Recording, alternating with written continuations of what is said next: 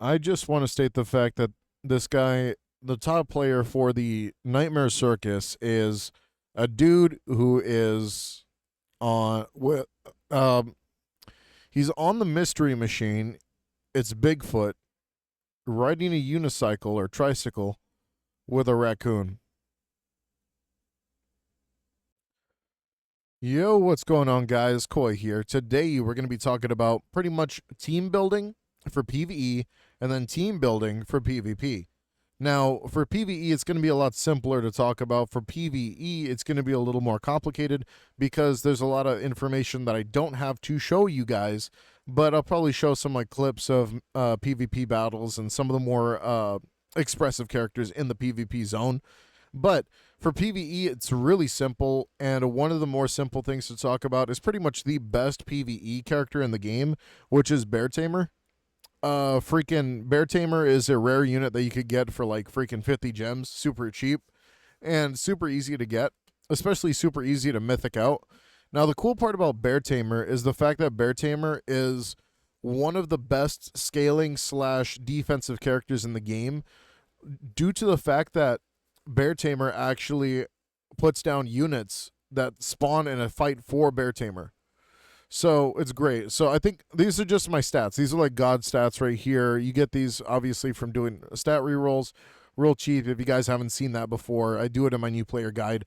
But that's that. And then let's go ahead and talk about like what he actually does. So Bear Tamer himself is over here, a rare unit, and spawns units. Now, the reason why Bear Tamer, what makes Bear Tamer so good, is the fact that Bear Tamer, when spawning units, will also back up when being attacked, which means the units will always be in the front of Bear Tamer no matter what. I'll probably pull up some clips of Bear Tamer doing that too. And then whenever we talk about Bear Tamer, the reason why a character like Bear Tamer is so strong in terms of survivability is because the way that other tanks tend to work. And this is kind of like the biggest flaw we see with characters like the Construct. The Construct and other characters like that literally just have to beat the other characters in terms of stats in order to win, which is bad. We see this with Wind Samurai. There's a reason why Vampire is untouched. We don't even touch Vampire anymore. There's a reason why people love Dragoon. Now, there is a a difference to trying to play in a different style, so to speak, compared to Bear Tamer, because obviously you could run Bear Tamer, but I've seen many people go the opposite route, which is going all attack.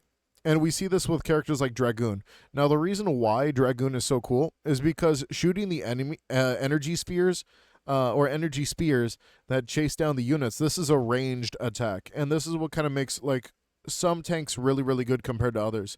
For instance, Vampire sucks. The 6 swarming exploding bats don't even hit.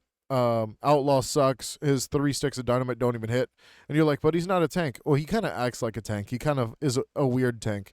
Diver at least does something where he spins around and hits everything around him. But the problem is his speed. No, the thing is, there's some characters that have better tanking abilities that have better skills. And Wind Samurai is one of them. Now, the reason why characters like Wind Samurai could even out DPS characters like Frame Rate, that actually is terrible. We need a buff Frame Rate. Please buff Frame Rate. The devs need to listen to me at some point. I swear to God, I'm going to keep talking about Frame Rate every single day until he gets buffed. Because holy moly is he trash. But freaking, it's because he has to be in their face to fight. Now, a lot of characters like Dragoon and a lot of characters like Wind Samurai start from a distance. Even Dual Wielder starts from a distance whenever they're about to engage. They attack from a distance, and then they actually go and take out the enemy using their skills, which is really, really cool.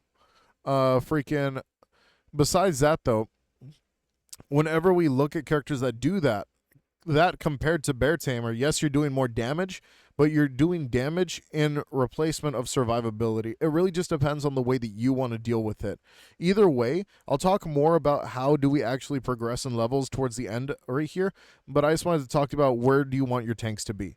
Tanks are going to be very, very important in terms of just trying to make sure that you do your work. And I think I think someone knows me, but I can't even talk to them because they I think they have less okay.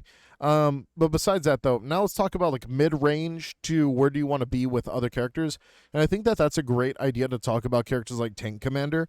Tank Commander is really, really cool in terms of her ability. She's a mid-range DPS that actually has super good tanking abilities and high damage, which is really nice. Now, that compared to Technomancer, by the way, Technomancer is 20 levels off of her, so like freaking she is going to be way stronger in terms of damage compared to Tank Commander. But the difference between these two, and whenever we talk about mid-range characters, what we want to know is, does the team need damage? Does the team need damage? Now, whenever you already have a tank in the game, you don't really need another tank in the game. The reason why I run another tank in the game is a backup because I need someone to be in front of my Emperor. Now, there's a whole thing about Emperor that makes him a very annoying hybrid character, which is like kind of like you kind of want to work with him, yet again you don't, because his whole gimmick is so reliant on being mid-range and far range at the exact same time. It's really annoying. So we're not going to talk about Emperor in terms of the way that he's going to be set up until we talk about PvP, because that's what he's made for. He's made for PvP. PvE is very good, but man, is it annoying whenever he gets killed because he's incompetent. Now, Technomancer and then Tank Commander, right? These guys, whenever we talk about these characters in general, we pretty much use these characters for two different purposes. One, if we need more DPS on the level. Two, if we need more tankiness on the level. So, for instance, I would not use Tank Commander as my main tank at all. I would use her as a backup, which is a super niche but really cool concept, I would say, because Tank Commander is just such a unique character in the game. Let's say, like, if we're going to talk about another mid-range character, Abyss Lord would be a great example. Ranger and Sage would be a great example of mid-range characters that do their jobs. And the reason why is because Tank Commander is cool, but we want damage, and damage is how we get the game done. And these characters will do that damage, which makes them very good at wave clearing and getting through PvE obstacles very quickly, especially dealing with bosses. Characters like Ranger could do ridiculous damage very quickly. Same thing with Sage, Technomancer. So, you know, whenever we talk about mid-range characters, that's what we talk about. Now, far-range characters, we're talking about Demon Hunter. Now, Demon Hunter is a very special case because he has less stats than everybody else, but one of the highest damage outputs ever. And it's really cool that he has such high DPS, and I can't wait to actually get him to 140. But with him, right, he has a HP lack, but he's far-range. So far-range characters tend to have the least amount of HP.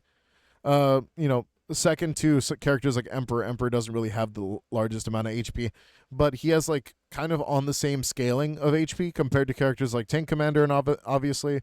So with those being the case, we could consider Emperor. Emperor is just better Demon Hunter in terms of DPS, but Demon Hunter still out DPS's Emperor. I don't know how that works, but it works. But whenever we talk about far range characters, we just want to focus on characters, and there's a lot of characters that can do far range. And it's kind of funny because these characters that can do far range are very funny because, like, you have characters like Mermaid who could do ridiculous far range damage. You get characters like Fire Mage, and I want to pull up the index here because whenever we talk about certain characters of far range usage, Sniper does incredibly far range damage. We have where? Oh, my bad. We have Ice Mage, Fire Mage, Witch Academy. Like, a lot of these characters do far range damage, which makes them, even at lower levels, very useful in terms of damage dealers. But I think it really just depends on what you want for the build, because you could just run literally all these characters. Like, I'm thinking about just running, like, Academy Witch at some point just for the hell of it, because she is, like, a Harry Potter-themed character, which is pretty funny. But, yeah, so if you do want to run a lot of characters like that, then sure. Laser Cyborg's absolutely decimate. Like, he's crazy. Let's see. It was another one. I think the Seraph and the Jester are like some of the best damage dealers in the game in terms of far range, which is really, really cool. Am I being dragged into a match? Okay. I'm just going to do this for the heck of it, I guess. I'm going to help these guys out. But soon we're going to talk about... Oh, actually, this is a great idea to actually talk about some stuff. Just some side notes. Nothing too important. But whenever we talk about damage dealers in general, you want to make sure that your ranged characters are actually in the back for sure. You don't want to leave them in the front, because if you leave them in the front, they will end up dying incredibly quickly. So do pay attention to where your characters are standing. And especially if you're going to be using the control method, you kind of want to make sure your characters, like the Emperor, are kind of in the front so they don't get killed too quickly. But of course, we'll talk more about PvP in just a second. All right, now we are in the PvP section. Now, whenever we talk about PvP, there's only a couple things we need to note, and spectating PvP games will help you actually know how good your characters will do in PvP, depending on the way that you play. Now, one of the things that's a major inclusion into PvP is the fact that every character is going to be stuck at level 50. Level cap, level 50, no matter what. So the stats that you're actually getting primarily are going to be from your stars. So star maxing your characters and making sure they're all mythic level is actually the most important thing you can do, or else you struggle against other characters in terms of stats. Hence why you see the best teams in PvP always have 3, 4, 5 stars. And of course, there are some characters in this game that just have significantly higher stats than others, such as the Demon Knight, who is a legendary tank, who is one of the most aggressive tanks in the game. And the reason why is because he has a pop-off skill that we talked about earlier, a pop-off skill that allows him to shoot from a distance off rip using his ability as quickly as possible from a distance, not having to be in the other person's face. So he uses his skill, does all of his damage, goes in, becomes an absolutely crazy tank, especially the higher his stats are. Then you have characters like Sniper, which automatically do a crap ton of damage off rip. As you can see, that Sniper got blown away by the other Sniper from across the map, most likely because they actually were left out in the open. Now, whenever you AFK this game mode, there's nothing that's going to stop you from getting hit more than just having another tank. So having a tank is actually going to stop you from getting beat up a lot more than having all damage dealers in general. And there actually are some meta strats you can do, such as running one tank and then 2 laser cyborgs, or running 1 divine and then 2 seraphs, stuff like that. Like, a lot of PvP teams consist of so-and-so type of teams, so to speak, or you'll see a lot of like different mixed ones. And there are some hybrids. There are some hybrid characters in this game, such as Reaper.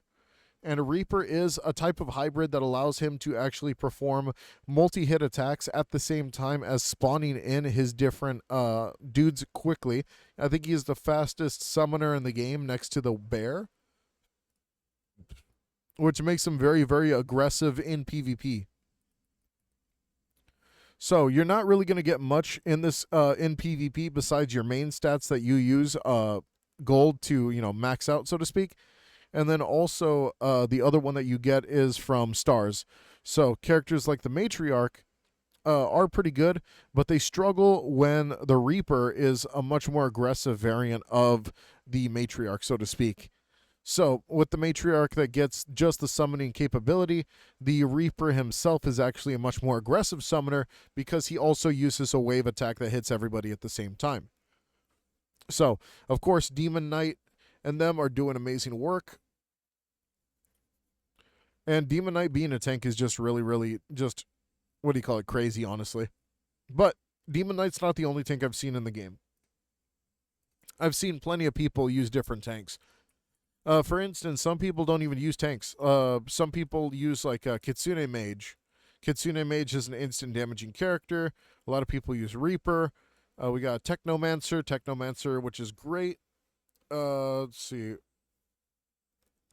Yeah, so just make sure whenever you actually do build your team, make sure that they actually have AoE capabilities, fast skills, good damage, most likely having to be a higher variant. Characters like the rares don't really scale too well. I kind of wanted to wait until I get like a really good variant, such as like maybe seeing my team get in there, because you'll see a PVE team perform. So I guess I want to get some footage of that real quick. I do want to see my PVE team perform. Let's see. We got a lot of people with good wins, especially because they have really good characters. That Matriarch buff makes her very, very useful, but Reaper still spawns 4 Reapers. Oh my god, look at that 4-star Reaper, 4-star Divine. That's going to be the killer right there. Bear Tamer's right there. We got Emperor in the back, and then everyone's going to be fighting. Kitsune Mage goes straight for Bear Tamer. Demon Knight actually just goes straight for my Bear Tamer as well. And we have Emperor right here, who's actually struggling to do damage because most likely that's a much more higher star and much more aggressive Demon Knight, which is really scary. Freaking a lot of the characters that do win in this game mode are winning based off their base stats. As you can see, Demon Knight is just going absolutely haywire. And that's a Beamer right here. So let's look at Beesmer's team right here. I just want to look at his team so we could actually confirm this. Where is he? He's not here. Is he? Oh, he's over here. All right, so you'll see he has a level 2 Matriarch, level 2 Demon Knight, and then level 2 Sage, which is great, honestly. That's all you really need. Level 2 Demon Knight's got such high stats. Probably still one of the strongest tanks in the entire game. Very, very scary character. People running Matriarch and other mythics is very, very important in terms of damage and HP. So, you know, if you want to win, get those stars higher. And that's probably the most end game it can get, because then you'll have end game teams like this, like Emperor, Reaper, Divine.